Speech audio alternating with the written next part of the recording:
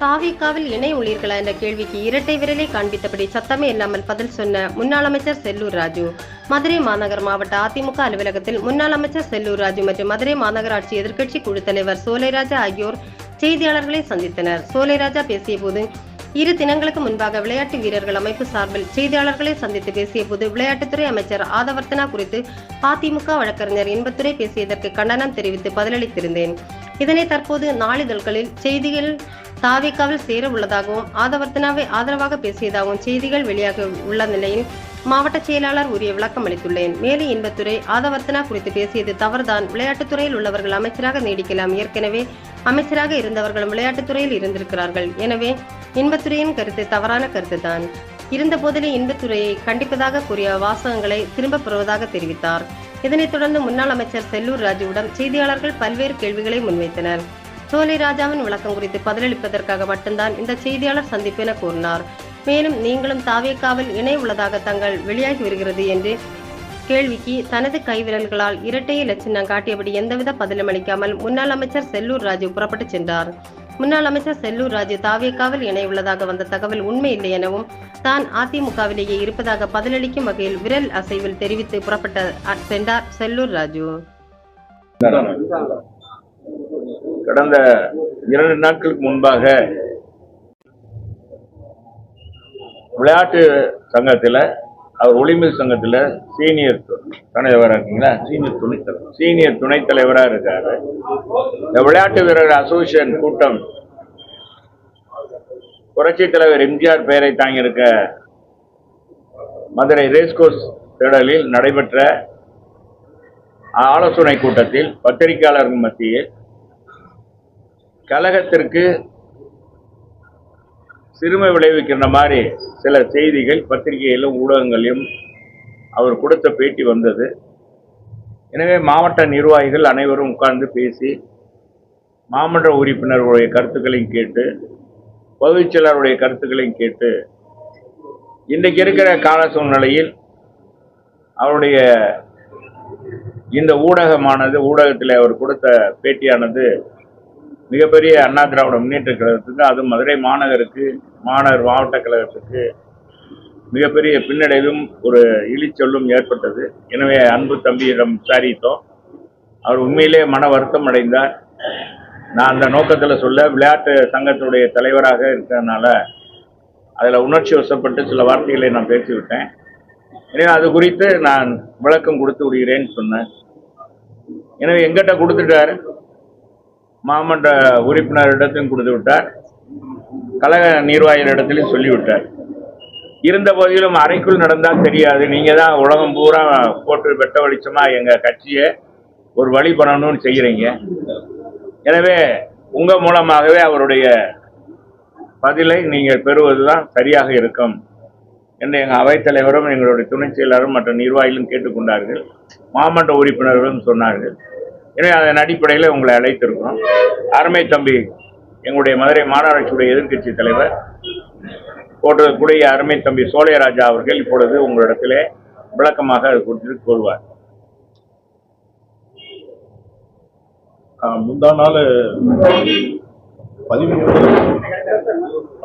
13/6/2026 எம்ஜிஆர் விளையாட்டு அரங்கத்தில் அனைத்து விளையாட்டு சங்கங்களின் கூட்டமைப்பு சார்பாக ஆலோசனை கூட்டம் நடைபெற்றது. அது சுமார் 6 மணி அளவில் நடைபெற்றது. அங்கே கிட்டத்தட்ட 25க்கு மேற்பட்ட அசோசியேஷன்கள், நான் அந்த கூட்ட அமைப்புக்கு தலைவராக இருக்கிறேன். உதாரணத்துக்கு ஹாக்கி, ஃபுட்பால், வாலிபால், ஸ்விம்மிங்கு, இப்படி 25 அசோசியேஷனோட தலைவர் செயலாளர்கள் இருந்து கொண்டு அதில் இருக்கக்கூடிய அந்த எம்ஜிஆர் விளையாட்டு அரங்கில் பயன்படுத்தக்கூடிய விளையாட்டு வீரர்களையும் வைத்துக்கொண்டு ஆலோசனை கூட்டம் நடத்தினோம். ஏனென்றால் இப்போது உள்ள விளையாட்டுத்துறை அமைச்சர் ஒரு 10 நாள் கழிச்சு எம்ஜிஆர் விளையாட்டு அரங்கத்திற்கு ரெவி மீட்டிங்க்கு வர்றாரு. அந்த மற்ற மாவட்டங்களில் ரெவி மீட்டிங் போகும்போது எம்டி ஹேண்டடா சொன்னதை மட்டும் வாங்கிட்டு நான் பதில் சொல்றேன்ட்டு போயிட்டாரு. இங்கே அவர் வர்றதுக்கு முன்னாடியே நம்ம தயார் நிலையில இருந்து நம்மகிட்ட இருக்கிற நிறை குறைகளை சொல்லணும் அப்படின்ற இதில் தான் அன்னைக்கு அந்த மீட்டிங் போட்டோம். அதில் பெருவாரியானவங்க எடப்பாடியார் ஆட்சி காலத்தில் தான் வரைக்கும் எடப்பாடியாரோட உத்தரவின் பேர்ல அந்த நுழைவு கட்டணம் நீங்க எல்லாம் அன்னைக்கு வந்திருந்தீங்க, விளையாட்டு வீரர்கிட்ட பூரா நுழைவு கட்டணம் திமுக அரசு வாங்கிட்டு இருக்கு.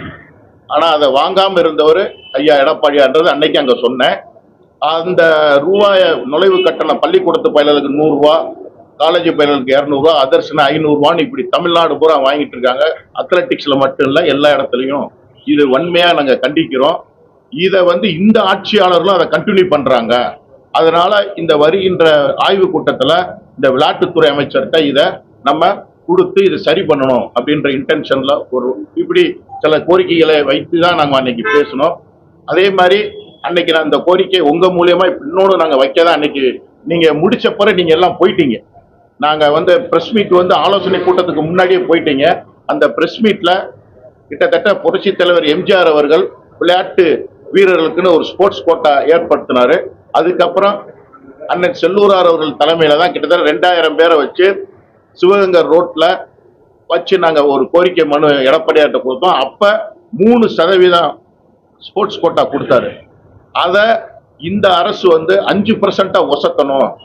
திமுக அரசு ஒசத்தவே இல்லை, இந்த அரசாவது ஒசத்தணும், இப்படிலாம் கோரிக்கையை நாங்க எழுதி வச்சுக்கிட்டு இருந்தோம்.